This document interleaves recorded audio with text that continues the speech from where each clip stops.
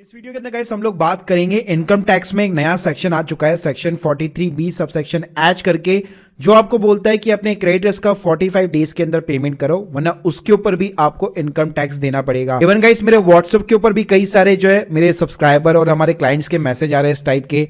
WhatsApp पे एक message भी घूम रहा है कि भाई 45 डेज के अंदर आपको पेमेंट करना है वरना वो आपकी इनकम में ऐड हो जाएगा और उसके ऊपर आपको टैक्स पे करना पड़ेगा। तो इसका क्या मतलब है, ये सेक्शन क्या बोलता है, किन के ऊपर एप्लीकेबल है, कब से एप्लीकेबल है, तो ये सब कुछ जानने को मिलेगा आपको इस वीडियो के अंदर। वीडियो को गाइस शुरुआत करने से बताना चाहूंगा हम लोगों ने टैक्स प्लानिंग के ऊपर मास्टर क्लास को यहाँ पे लाइव कर दिया है। डिस्क्रिप्शन बॉक्स के अंदर लिंक दे दूंगा जिसके अंदर हम लोगों ने आपको डिटेल के अंदर बता रखा है कि किस इनकम पे कैसे आप यहाँ पे अपनी टैक्स प्लानिंग कर सकते हो। तो गाइस सबसे पहले बात कर लेते हैं कि सेक्शन 43B सबसेक्शन एच यहाँ पे क्या बोलता है। तो देखिए जितने भी छोटे बिजनेस होते हैं वो एक उद्यम सर्टिफिकेट ले लेते हैं जो कि माइक्रो और स्मॉल एंटरप्राइज होते हैं। ध्यान रखिएगा इसमें मीडियम एंटरप्राइज को जो इंक्लूड नहीं किया गया है। अगर लेट सपोज इवन उनके पास में उद्यम सर्टिफिकेट नहीं भी है फिर भी अगर वो ये जो लिमिट्स के अंदर फॉल करते हैं तो सिंपली तरीके से वो माइक्रो और स्मॉल एंटरप्राइज में एमएसएमई एक्ट में जितने भी उनको बेनिफिट दिए जाते हैं वो सारे वो अवेल कर सकते हैं। तो अगर मैं माइक्रो की बात करूं तो जिनका भी टर्नओवर जो है 5 करोड़ है और प्लांट और इन्वेस्टमेंट के अंदर जो है इन्वेस्टमेंट जो है 1 करोड़ के नीचे होता है, और स्मॉल जो इंटरप्राइज होते हैं जिनका भी टर्नओवर जो है 50 करोड़ के नीचे है और इन्वेस्टमेंट जो है 10 करोड़ के नीचे, उनको इसके अंदर काउंट किया जाता है। इसके अंदर गाइस मैन्युफैक्चरर्स हो गए और सर्विस प्रोवाइडर को काउंट किया जाता है।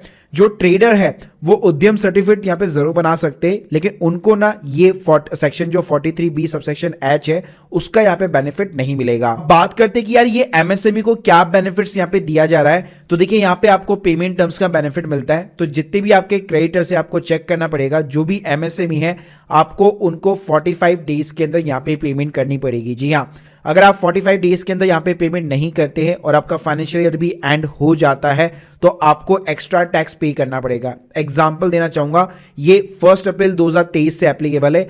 मान लीजिए आपने कोई परचेज की 1 फरवरी 2024 को, अब अगर मैं 45 डेज यहाँ पे काउंट करता हूं तो 17 मार्च 2024 मेरी ड्यू डेट यहाँ पे बनती है। अब मान लीजिए फाइनेंशियल ईयर एंड हो गया, 31 मार्च 2024 में यहाँ पे चली गई और मैंने जो है कोई भी यहाँ पे पेमेंट वगैरह कुछ भी नहीं किया अपने सप्लायर को, तो गाइस इस केस में क्या होगा, मेरा जो परचेज है वो मेरी इनकम के अंदर ऐड कर दिया जाएगा। जी हाँ, मतलब एक तरह से मेरी जो परचेज है वो डिसअलाउ कर दी जाएगी, उसका मेरे को कोई भी डिडक्शन यहाँ पे नहीं दिया जाएगा फाइनेंशियल ईयर 23 और 24 के अंदर। तो इनकम टैक्स जो है आपका प्रॉफिट के ऊपर लगता है। मान लीजिए आपका प्रॉफिट निकल के आता है 5 लाख रुपए, तो अगर मान लीजिए आपकी टैक्स ऑडिट हो रही है तो ऑडिटर जो है आपके इस परचेज को जो है डिसअलाउ कर देगा और इस परचेज के ऊपर आपके प्रॉफिट के अंदर ऐड होकर अल्टीमेटली आपको एक्स्ट्रा टैक्स पे करना यहाँ पे पड़ सकता है। गाइस ये जो टाइम लिमिट है वो 45 डेज और 15 डेज की भी है। अगर लेट सपोज आपने अपने सप्लायर अपने क्रेडिटर्स के साथ में जहां से भी आप माल परचेज करते हैं जो एमएसएमई है उनके साथ में अगर कोई एग्रीमेंट बना रखा है तो ये टाइम लिमिट 45 डेज की है, लेकिन अगर कोई भी एग्रीमेंट नहीं बना रखा तो ये टाइम लिमिट जो है केवल 15 डेज की है। चलिए इसको कुछ बिल के साथ में समझ लेते। मान लीजिए आपने फैब 2024 के अंदर यहाँ पे एक माल जो है परचेज किया, आपकी ड्यू डेट जो है 17 यहाँ पे मार्च होनी चाहिए थी। अब आपने जो एक्चुअल जो पेमेंट की थी वो मान लीजिए 28 मार्च 2024 की है, यानी जब फाइनेंशियल ईयर एंड होने वाला था उसके जस्ट 2 दिन पहले आपने पेमेंट कर दी। तो देखिए आपको डिडक्शन तो जो है डेफिनेटली अलाउ हो जाएगी, उसमें कोई दिक्कत नहीं है, ऑडिटर डेफिनेटली इसको अलाउ कर देगा। लेकिन आपने ये जो ड्यू डेट के बाद में जो डिले किया है ना उसका आपको एमएसएमई को इंटरेस्ट भी देना पड़ेगा। इसी तरह से गाइस मान लीजिए आपने जो पेमेंट है वो नेक्स्ट फाइनेंशियल ईयर के अंदर की, ठीक है, तो इस फाइनेंशियल ईयर के अंदर तो वो डिडक्शन अलाउ नहीं होगी, लेकिन नेक्स्ट वाला जो 24 और 25 आपका फाइनेंशियल ईयर होगा उसके अंदर ये डिडक्शन अलाउ हो जाएगी।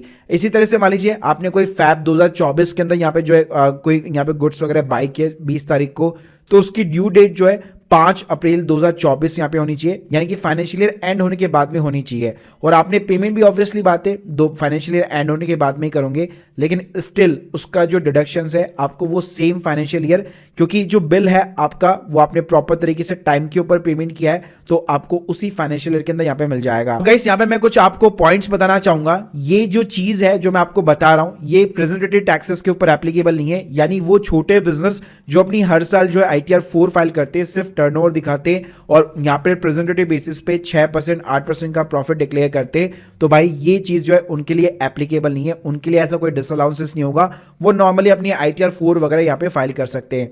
ये किनके लिए एप्लीकेबल है, जो ITR 3 फाइल करते हैं, जो बुक्स ऑफ अकाउंट मेंटेन रखते हैं या जिनकी टैक्स ऑडिट होनी होती है, उनके ऊपर ये चीजें एप्लीकेबल है।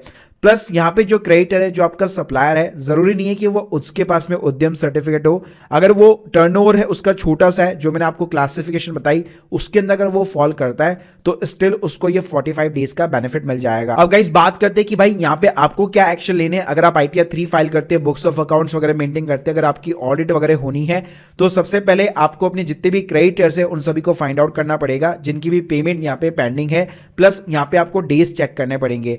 प्लस आपको कैसे पता लगेगा कि आपका जो क्रेडिटर है वो MSME है कि नहीं है? नॉर्मली जितने भी जनरली MSME क्रेडिटर्स होते हैं उन सभी ने उद्यम रजिस्ट्रेशन नंबर ले रखा होता है, तो आप यहाँ पे अपने सप्लायर से उद्यम नंबर मांग सकते हैं और किसी का भी उद्यम नंबर जो है ऑफिशियल साइट के ऊपर यहाँ पे वेरीफाई कर सकते हैं। जैसे यहाँ पे आप कैप्चा कोड डाल के जो है चीजें डालते हैं, देख सकते हैं यहाँ पे जो है प्रॉपर तरीके से आपको एंटरप्राइज किस क्लासिफिकेशन के अंदर फॉल करता है, माइक्रो है या फिर स्मॉल है, उसके अकॉर्डिंग यहाँ पे आपको पता लग जाएगा। उसके बाद में गाइस आपको सिंपली ये चेक करना है कि before the end of the financial year यानी कि 31 मार्च 2024 से पहले सभी की पेमेंट